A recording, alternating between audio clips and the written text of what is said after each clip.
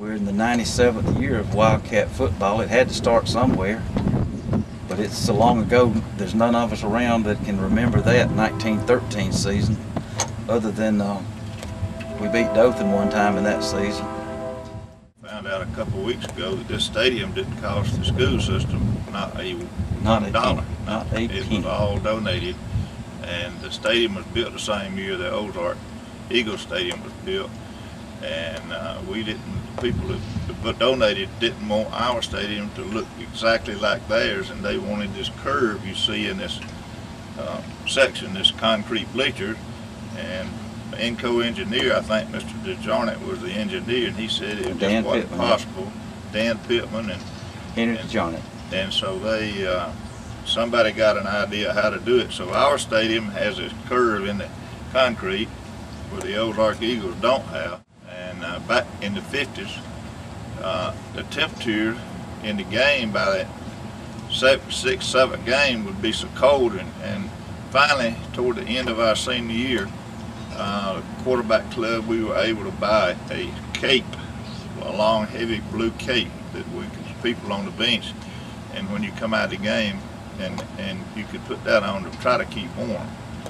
And then sometimes there would be a fire in a bucket, charcoal fires in the bucket on the sideline. But the times have changed now. Oh yeah, the weather's nothing like that. No. Oh, did you even wear a jacket to the game this year? No. Unbelievable.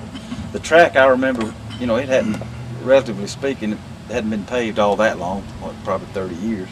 But it was just a clay track for years and years. When I was in school over here in PE classes, Paul Terry was the head coach, and we spent the spring on our hands and knees on this field pulling weeds. We used to have above ground irrigation pipes, long, about 30 foot long, aluminum pipes about that big around. They looked like they were heavy, but they weren't, because a weakling like me could even pick one up. But we'd have battles out here just when he turned his back. When he turned his back around, then we'd run laps out here, and then we'd go back and we'd learn how to put those pipes down, and we'd pick up weeds like he wanted it done.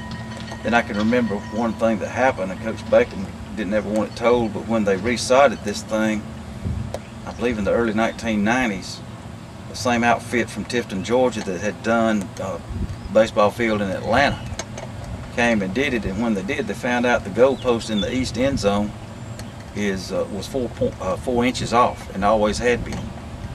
And they made it right, and it's been right ever since, but it wasn't up to that point.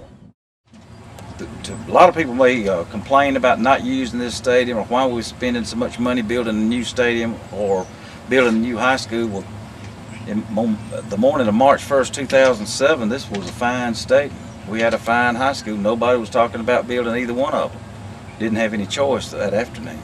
It was too late by then. That tornado did more in 8 minutes than anything else could have done in a lifetime.